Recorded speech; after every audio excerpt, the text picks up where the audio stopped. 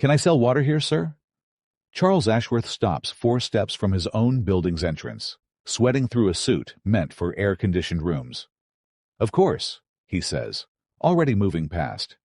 The boy is 9, tight curly hair, standing beside a small cooler on wheels, sweating plastic bottles, a hand-lettered sign taped to the lid. $1. Alone. Charles almost keeps walking.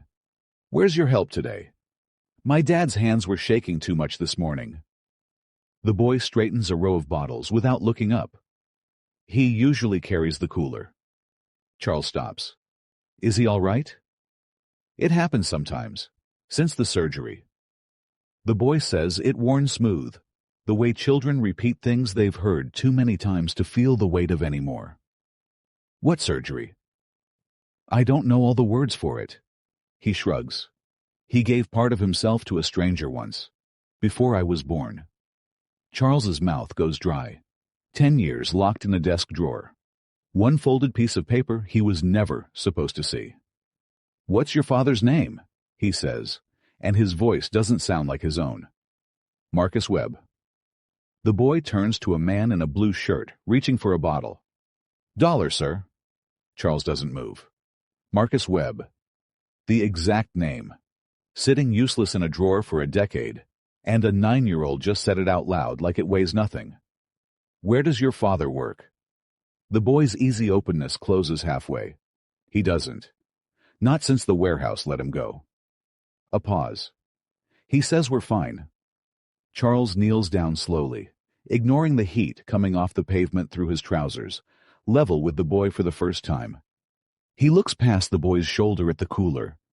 A broken wheel held together with silver tape, wound twice around the axle to keep it turning. I need you to tell me exactly where you live. Rehook. The cooler's broken wheel is held together with tape. The boy's father hasn't worked in months, and the name he just said out loud, Marcus Webb, is the exact name Charles Ashworth has kept locked in a desk drawer for 10 years, useless, untraceable, the only thread to a debt he has never once been able to repay. Marcus Webb opens the door and recognizes Charles before Charles even speaks. Not by face, by posture. The specific stillness of a man who has spent 10 years vaguely afraid this exact stranger might show up someday and never let himself finish that thought. Neither of them says anything for a moment. Behind Marcus, the boy pushes past into the apartment. Elijah, inside. The name lands on Charles like something he wasn't ready to hear yet.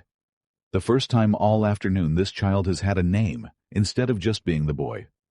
Marcus's right hand trembles at his side. He closes it into a fist when he notices Charles noticing. Whatever he's selling, Marcus says. We don't need it. I'm not selling anything. Marcus doesn't move from the doorway. Something in his face is doing math. It doesn't want to finish. Inside, a small kitchen, 3 mismatched chairs, a framed photograph on the counter of a woman who is gone now, in the way people are gone when nobody explains it to a 9-year-old. Elijah's mother, though Charles doesn't ask, and Marcus doesn't offer. Marcus sits across the table like a man bracing for bad news. He doesn't yet understand is the opposite. 10 years ago, Charles says. January, you donated a kidney through the National Registry. Marcus goes very still. How do you know that? My son was 8. Charles's voice catches somewhere he can't control. Kidney failure. Same January. Same hospital. He has to stop. He looks at his own hands instead of Marcus's face. Marcus reaches into his wallet and sets a plastic hospital bracelet on the table between them. Yellowed, soft at the folds, the date stamped in faded blue ink. Neither of them touches it. You saved him, Charles says, and 9 months later, while you were still recovering, a company let you go. Marcus's jaw tightens. He doesn't answer right away. Continental Logistics, Charles says. I own them now. 8 months. I didn't know your name was buried in their files until an hour ago. Gary Holt made sure that appeal never left his desk. Marcus says the name like it cost him something to say it out loud in his own kitchen. 9 years, and he still walks in every morning, like he did me a favor. Charles reaches for his checkbook without thinking, the old reflex of a man who solves things with signatures. Marcus is on his feet before the pen touches paper. I didn't give away a piece of myself to get paid for it 9 years late. His voice isn't loud. It's worse than loud. You want to fix something? Fix the part where a man doing the right thing gets erased for it. Marcus, get out of my apartment. Charles stands. At the door, he looks back once. The checkbook is still open on the table. Beside it, the bracelet has slid to the edge and dropped onto the floor, face up, like it finally finished the only job it had left to do. Rehook. Marcus just refused the one thing Charles knows how to give. Gary Holt still walks into Continental Logistics every morning believing he got away with it. And on the floor of a small kitchen, a 10-year-old hospital bracelet is lying face up between two men who now both know exactly what it cost and exactly what it's worth. Charles doesn't go home. He goes to Continental Logistics.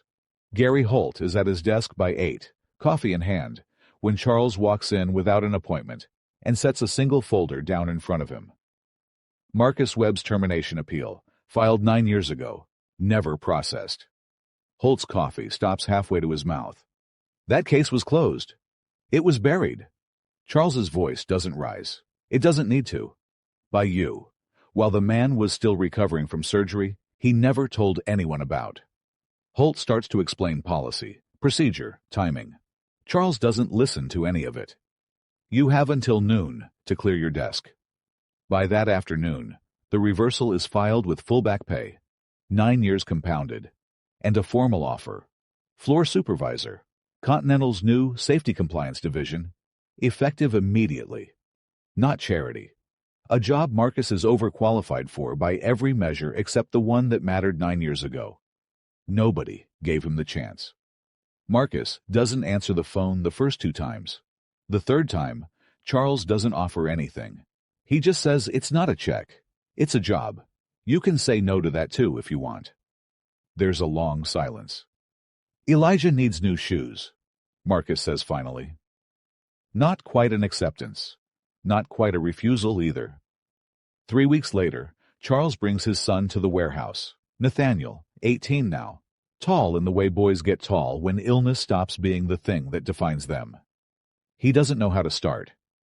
He's rehearsed nothing. Marcus is on the floor doing an inventory walk when he sees them. Nathaniel speaks first. I don't know if thank you is the right size for this. Marcus looks at him for a long moment. Really looks. The way you look at proof that something you did in private actually mattered. It's the right size, he says.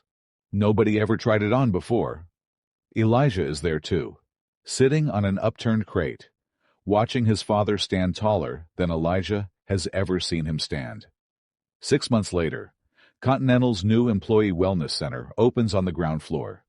Inside, mounted behind glass near the entrance, a small frame holds one object, a plastic hospital bracelet, yellowed, soft at the folds, the date stamped in faded blue ink. The plaque beneath it reads only a date and 2 words. Marcus Webb. Elijah stops in front of it every time he visits his father at work now. He doesn't fully understand what it means yet. He just knows his dad doesn't look away from it anymore. He used to.